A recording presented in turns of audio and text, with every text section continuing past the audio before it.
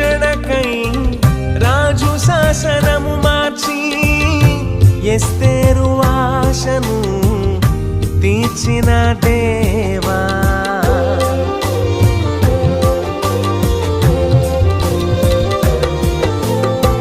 యూదుల రక్షణకై రాజు శాసనము మార్చి ఎస్తేరు ఆశను తీర్చిన దేవా. ఈ తరములో మా మనములను ఆలకించవా. మా దేశములో మహారక్షణ కలుగజేయవా. ఈ తరములో మా మనములను ఆలకించవా. మా దేశములో మహారక్షణ కలుగజేయవా. ఒక ఆశ ఉందయ్యా.